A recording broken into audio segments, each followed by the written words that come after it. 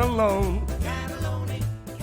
Hello everybody and welcome to Gelato's Parlour. I've not been doing so many of these lately. I'm going to try to get back in the saddle again, but to be honest with you, I found January quite a difficult month to get going. It seems to be very grey, very miserable. It seems to be like that for a couple of months. We had a real sort of pissy, December and a real rainy, damp January, and it just seems to be going on for months. So I'm really looking forward to grabbing a bit of sunshine and a little bit of brightness again, because I'm just pushing myself to motivate, which is not that easy, and it's not really like me to do that. But anyway, I really thought I'd do an episode today because I got quite an amusing tale to tell you, and it's one of the tales on the road. Now, you can imagine, after the amount of years that I've been in the business, I've picked up a whole slew of stories, and I do want to put them in a book sometime, but I do think they also make ideal podcasting material, because it's my experiences, and they're probably unlike most people's in the way that, because of this life we lead, this live music life and of travel and all this kind of thing with our friends.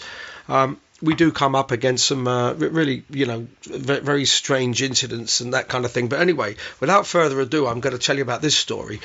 And this one happened back in the 90s, and it concerned a trombone player we had at the time, who's actually still a great mate of mine. His name's Dave Keech, known as Keechy.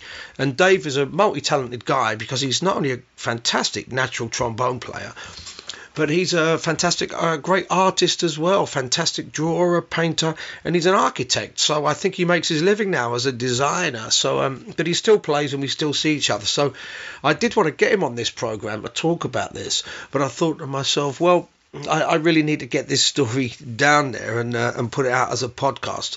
But it's very funny, and it really starts when we used to do a jazz festival in Norway, and we did a whole bunch of times. It was called the Silda Jazz Festival, and if I could set the scene, we had a lovely, beautiful hotel, and it also was by the sea, by the river or the water. And you could get all this lovely fresh fish, and it was a beautiful high street, and it was a nice festival. I must say that over there, despite the price of the drinks, which was pretty high back then, everybody used to get pretty worse for wear, including the band. But anyway, so this festival, right, had a bunch of different venues. It had small nightclubs, it had a theatre where the major American artists would generally play, and then it had a tent, which we would, people would do as well. All the artists would have the turn of playing the sort of big top tent. And it was a nice audience there. And then there was a nightclub. And this particular incident happened in a nightclub, you see.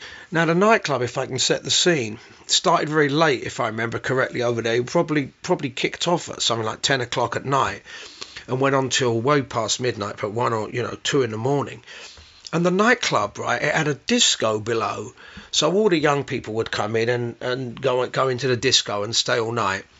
And if I remember correctly again, the first floor was the floor which had the band. So it was another nightclub up there, which had all the bands at the festival. Those days you had people like Kenny Ball, Acker Bilk, and all sorts of things. King Pleasure and the Biscuit Boys, the Jive Aces, all these kind of bands that were, some of them still are around, and people like Acker and Kenny are not, But we were lucky, really, to share the bill with some of these great people. And so they'd all play in this nightclub at this Silda Jazz Festival in Norway. And this specific night was wasn't like any other night. I think we'd done a couple of nights at this place anyway, and we were due to go on stage pretty late. Now, so I said we had the disco below, the nightclub in the middle where the band would play, and the dressing room upstairs as well, the floor above. So anyway, now I can't quite remember why, but Dave Keech, the guy I've just mentioned, our trombone player at the time, and myself were sitting in the dressing room having a few beers, more than a few beers, and we weren't. I don't remember us being particularly hammered, but we were enjoying ourselves.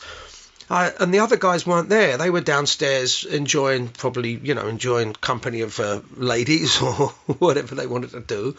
We didn't get involved in that. And Dave and I were having a chinwag upstairs, you see, the floor above. Now, what happened was we looked at our watch and we thought, well, we better get downstairs because we're running a bit late, and we like to get on the stage, at least a few minutes before we start to play. So I said to Dave, let's go. So we go out, right? And it was a sort of a labyrinth kind of corridor and all that. And the lights were it was dim lights, if I remember rightly, because it was a while back. So Dave and I are wandering around, and we found out that the door we'd used to get down to the nightclub, someone had locked it. It was damn locked, and we thought, what are we going to do? We were basically locked out of our own gig, okay? So what happened was we're trying to get out, and we're thinking, how are we going to... It was like Spinal Tap, honestly. We're wandering around these corridors and labyrinths up the stairs, thinking, how the hell are we going to get down and play our gig? And we're sort of getting a bit worried. But anyway, we wandered around. So we opened this other door, and it was, remember, this was quite dark up there. It wasn't, and when we opened the other door, the corridor was even darker. But all we saw was the staircase. So you see a staircase, you think, okay, oh great, we've found an alternate exit down.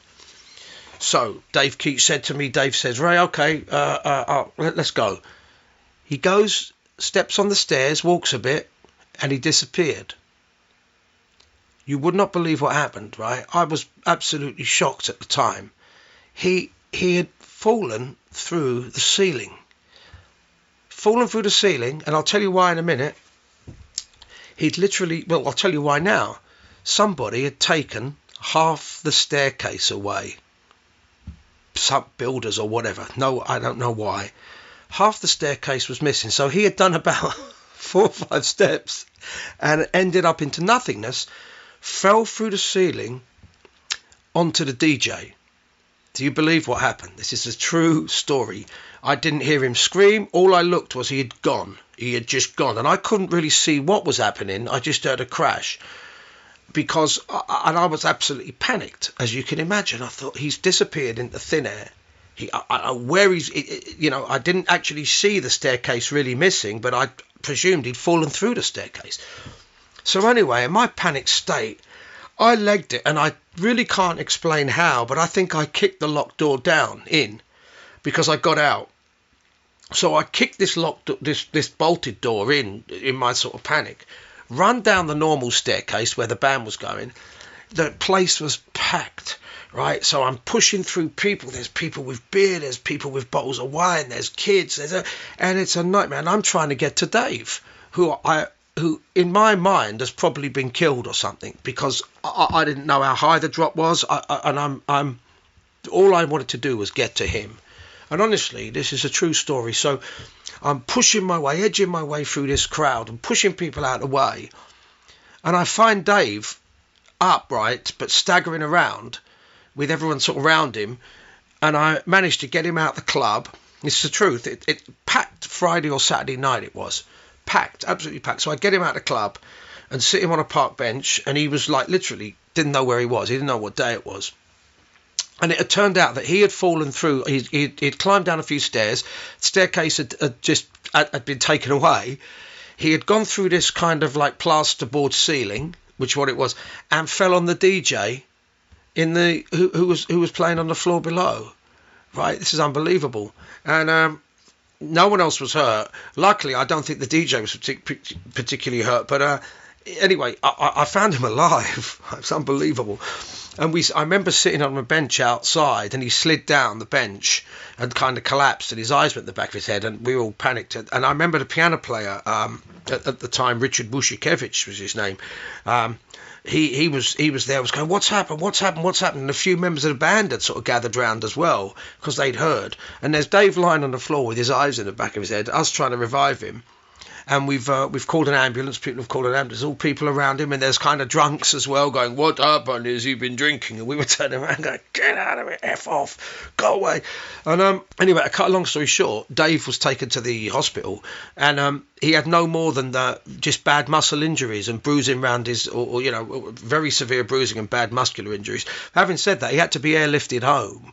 I remember that in a kind of an air ambulance, and he was really lucky to escape with his life. I mean, because I thought when he had gone through the ceiling, he had actually died. Now looking back, the story's amusing. It's almost like a Laurel and Hardy sketch. You sort of goodbye, Ollie, and then he kind of falls down, and we don't see him. But anyway, he took a while to recover. I remember he had a lot of problems after that, and I do remember him. I'm sure he got some money off from the club, because with our help we looked into it, and we got in touch with the jazz promoter and found out that the builders had indeed removed this staircase, and what they should have done obviously was bolt that door and that, or seal the door, and they didn't. So it was a complete mess up of the club, and I remember him getting some compensation. But anyway, the moral of this story is if you do get locked in a dressing room area or whatever, or upstairs, please check that there is a staircase there. But it was really unbelievable. I felt terrible for Dave. And we still talk about this story now. I mean, it was quite unbelievable. But anyway, I thought I'd tell you this story from the road, the day the trombone player fell through the ceiling. And I'm going to sign off now, but I will be back with another episode. And my next one is with a very, very special guest. So it'll be nice to have someone else on apart from me banging on.